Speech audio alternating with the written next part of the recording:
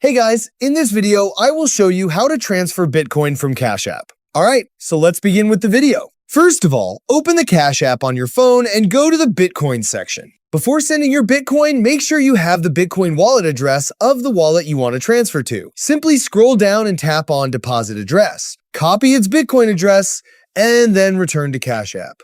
Now tap this paper icon and then select Send Bitcoin. You can choose whether to enter the amount in Bitcoin or in your local currency. Enter the amount you want to transfer and then tap Send.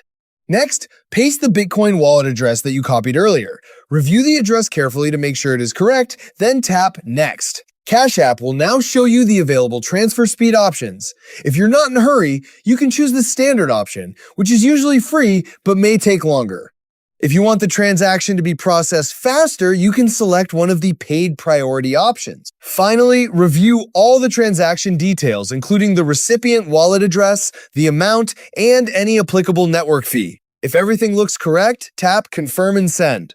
Complete the verification process, and Cash App will begin transferring your Bitcoin. Once the transaction is confirmed on the blockchain, the Bitcoin will arrive in the destination wallet. And that's it.